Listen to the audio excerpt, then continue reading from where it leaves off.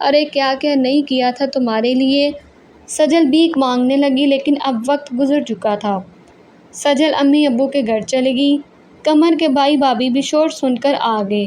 بھائی نے مایوسی میں کہا، قمر اب کیا فائدہ تھا طلاق دینے کا؟ قمر رو رہا تھا۔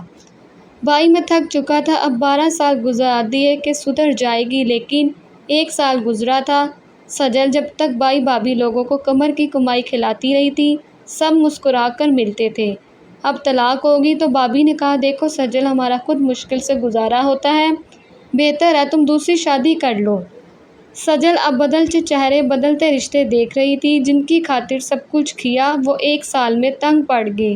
قمر نے دوسری شادی کر لی۔ لڑکی بہت اچھی تھی، سمجھدار، قدر کرنے والی، 5 وقت کی نمازی، گھر کو جنت بنانے والی۔ جتنا قمر کما کر لاتا، اس میں سے پیسے بچا کر کئی کمیٹی ڈالی، کچھ پیسوں کو کارآمد جگہ خرچ کیا۔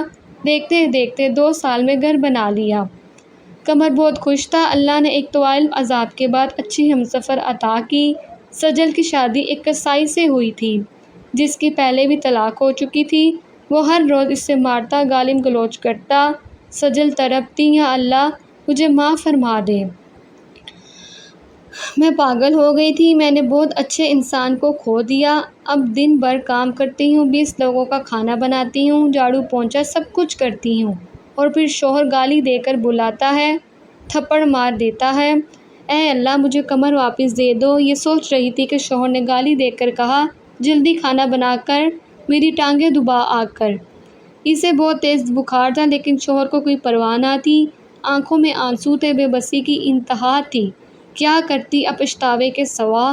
ماں بننے والی تھی۔ شوہر اسپتال لے کر گیا۔ ہسپتال میں مٹھائی بانٹی جا رہی تھی۔ ایک کمرے میں سجل بیٹھی، پاس بیڈ پر ایک لڑکی بیٹھی ہوئی، گود میں بچہ اٹھایا بیٹھی ہوئی تھی۔ جب نرس نے سجل کو مٹھائی دی تو سجل نے آہستہ سے پوچھا، یہ مٹھائی کیوں؟ نرس نے بیڈ پہ بیٹھی لڑکی کی طرف اشارہ کیا، ان کو اللہ نے بیٹی عطا کی ہے، اس خوشی میں بیٹی کے بابا مٹھائی بانٹ رہے ہیں۔ اتنے میں ایک قیامت کا سامنا ہوا۔ وہ لڑکی قمر کی بیوی تھی۔ قمر کمرے میں داخل ہوا، اس لڑکی کا ہاتھ تھاما، چلو میری جان، گاڑی آ گئی ہے، گھر چلیں۔ بیٹی کو گود میں اٹھایا، سہارا دے کر بیوی کو لے جا رہا تھا کہ سجل پر نظر پڑی۔ پرانے سے کپڑے، چہرے پہ زخم کا نشان، پاؤں میں پرانا سا جوتا، چہرے پہ تھکن، بے بسی۔ سجل نے دیکھ کر ہاتھ باندھ لیے۔ قمر کچھ کہنے ہی لگا تھا کہ سجل کا شوہر آ گیا۔ تلخ لہجے میں بولا، تو یہاں بیٹھی ہے، جا ڈاکٹر بلا رہی ہے، چیک کروا کے آ، اٹھ میں جلدی جا۔ مشکل سے اٹھی، ٹانگ پہ چوٹ لگی ہوئی تھی، شوہر نے مارا تھا۔ آنکھوں میں آنسو، دل میں تڑپ، بے بسی، اٹھ کر چلی گئی۔ آہ بھرنے کی بھی مجھ میں ہمت نہ تھی۔ عمر بھر ان آنسوؤں کو مٹاتے رہے، ان کی نظروں میں شکووں کی قیمت نہ تھی۔ قمر اپنی بیوی کا ہاتھ تھامے چلا گیا۔ ضروری نہیں ہوتا مرد ظالم ہو، عورت بھی بدبخت ہو سکتی ہے، سجل کی طرح، تماشے کرنے والی، جھگڑے اور رشتوں میں زہر بڑھنے والی، میکے کی فکر اور سسرال کو قید خانہ سمجھنے والی، گھر کو جہنم بنانے والی، اور پھر انجام سجل سا ہوتا ہے۔ اگر کوئی عورت ایک جیسی ہے تو انجام سے پہلے سدھر جائے، ورنہ زندگی جب تھپڑ مارے گی پھر پچھتاوے کا موقع بھی نہ ملے گا۔ شوہر کی کمائی پہ راضی رہ کر گھر کو جنت بنا لے، چھوڑ دے رشتوں میں زہر بڑھنا۔ اگر ہماری ویڈیو پسند آئے تو ہمارے چینل کو سبسکرائب کریں۔ ملتے ہیں نیکسٹ ویڈیو میں۔ اللہ حافظ۔